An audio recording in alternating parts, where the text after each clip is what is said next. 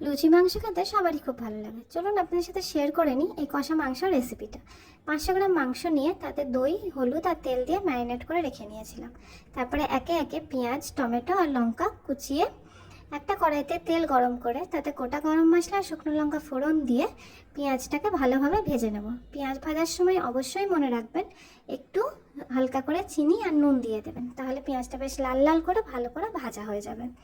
পেঁয়াজ ভাজা হয়ে যাওয়ার পরে আমরা অ্যাড করে দিয়েছিলাম জিঞ্জার গার্লিক পেস্ট। আমাদের একটু তাড়াহুড়ো ছিল তাই আমরা জিঞ্জার গার্লিক পেস্ট ইউজ করেছি। আপনারা চাইলে বাড়িতে জিঞ্জার গার্লিক বেটে তারপরে দিতে পারেন।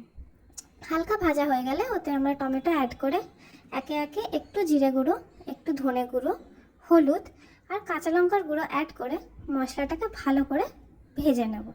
মশলাটা যখন ভালোভাবে ভাজা হয়ে যাবে দেখবেন মশলাটা থেকে তেল ছাড়বে।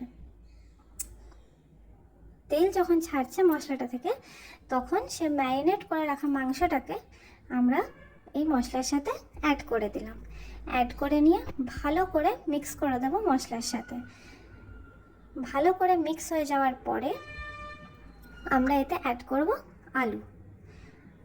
বাঙালির মাংস রান্নাতে যদি আলু না থাকে সেটা পুরোপুরি ইনকমপ্লিট হয়ে যায়, তাই আলু অবশ্যই অ্যাড করতে হবে। আলুটা অ্যাড করার পরে আমরা ভালোভাবে এটাকে আবার মিক্স করে দেব। যখন এটা ভালোভাবে হয়ে যাবে মিক্স করা, দেখবেন হালকা হালকা তেল ছেড়ে এসছে, তখন এটাতে আমরা জল দিয়ে আর ঢাকা দিয়ে দেবো। ঢাকা দেওয়ার সময় মনে রাখবেন গ্যাসটা যেন মিডিয়াম ফ্লেমে থাকে, তাহলে রান্নাটা ভালোভাবে হবে। 15-20 মিনিট পরে ঢাকা খুলে মাংসটা একবার নাড়িয়ে চাড়িয়ে দেখে নেবেন আলুটা সেদ্ধ হয়েছে কিনা। আলু সেদ্ধ হয়ে যাওয়ার সাথে সাথেই মাংস সেদ্ধ হয়ে যাবে। অবশ্যই ট্রাই করে জানাবেন কেমন হয়েছে। ধন্যবাদ।